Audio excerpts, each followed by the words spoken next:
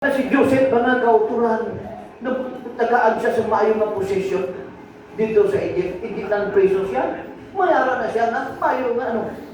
Pagka maayo na niya pag-iyo-iyo, hindi lang taas siya sa sipag ng mga preso. Tuod mga kauturan. Amo na kami gina-emphasize na kung kahit mo trouble for Joseph, nagabot ang ginatawag problema liwan kay Joseph. Kaya paano kumano? Ang record ng siling nalipay na si Joseph, hindi na sa preso. Ginatagan na si Kamay na masaligan dito ni Potipan. Naluyag pagit sa iya ang asawa ni Potipan. Kay paano ka man natabo? Imputong siya. Kay naluyagan siya sa asawa ni Potipan. Nagpalimadlo si Moses, si Joseph. Ang pang-istorya ng siling. Sa kainit siguro sa asawa ni Potipan, gisik-gisik niya ang bayo.